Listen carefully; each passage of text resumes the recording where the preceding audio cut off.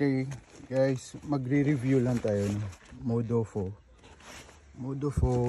32 hole air mattress with built-in pump.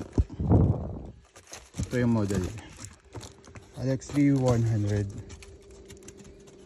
Kasyang-kasya sa buong likod ng ang sasakyan. So yung laman ng box is yung bed mismo. Sa halagang 1,000, ito na yung laman, sulit na sulit. So meron siyang pouch with glue, yung actual air pump na malakas. Try natin na.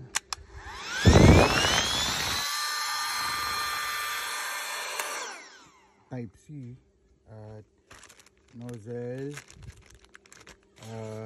pouch ng buong bag, yung manual, yung USB cord na type C to type A, and may isang pillow. And yung next na gagawin natin is try natin i-inflate. So bago mo i-inflate, i-lock mo muna yan. Ito, importante ito kasi naka-open yan kanina. And yung maganda yung door niya kasi parang merong push button para mag-open, and lalagay mo lang tong air pump niya. Yan, salpak lang, tapos on mo na. Ano na kabilis.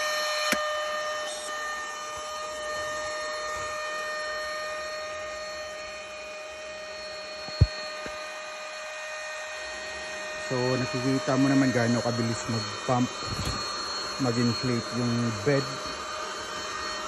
Seconds pa lang yung ano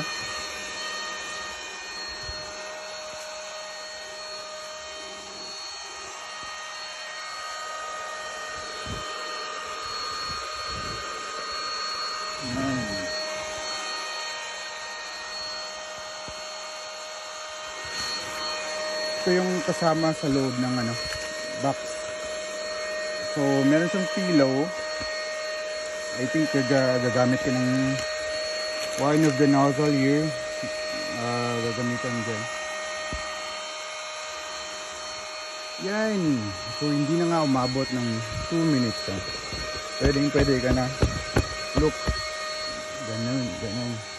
Ang laki nga pala.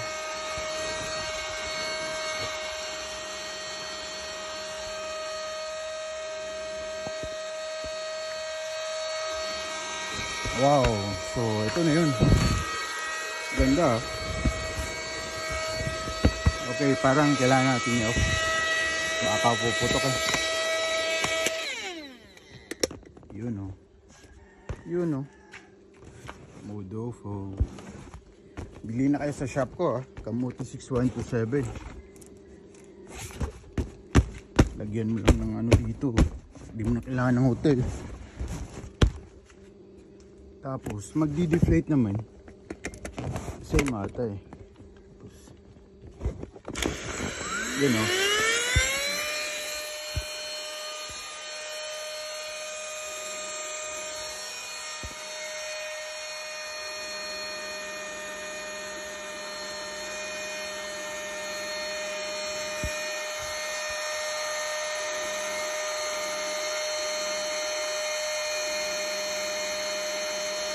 ang bilis. Maganda kasi merong pouch. Importante kasi ito sa mga ganitong klaseng airbed, diba? Gusto ko i-try itong yung pillow.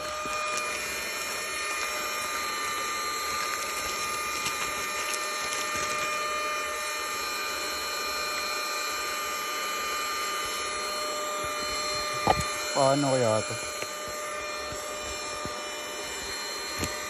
Ganun ba?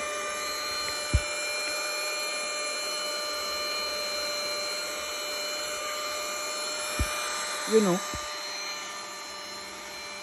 inflate na siya. So kukunin ko muna. Okay. Sulit na sulit. Mas malakas pa sa Giga yung ano. Tapos try natin i-inflate. Tatlong button eh. Off sa gitna. Inflate sa right side.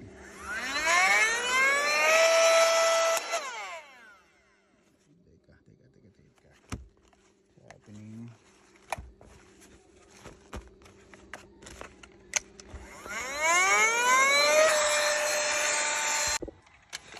Ganun guys. So merong sharp na adapter, nozzle, tapos salpak mo lang dyan, tapos click mo yung inflate. Meron nakasulat na inflate dito eh.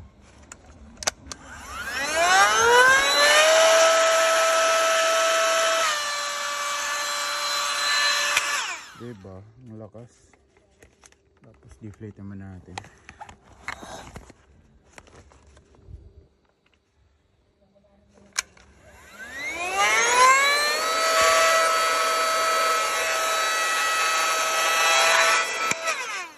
Tapos try naman natin yung ano, yung lights. Yun oh, lakas. So meron siyang level ng brightness. You know. Off. Okay guys. Check my Shopee or Lazada or TikTok. Thanks.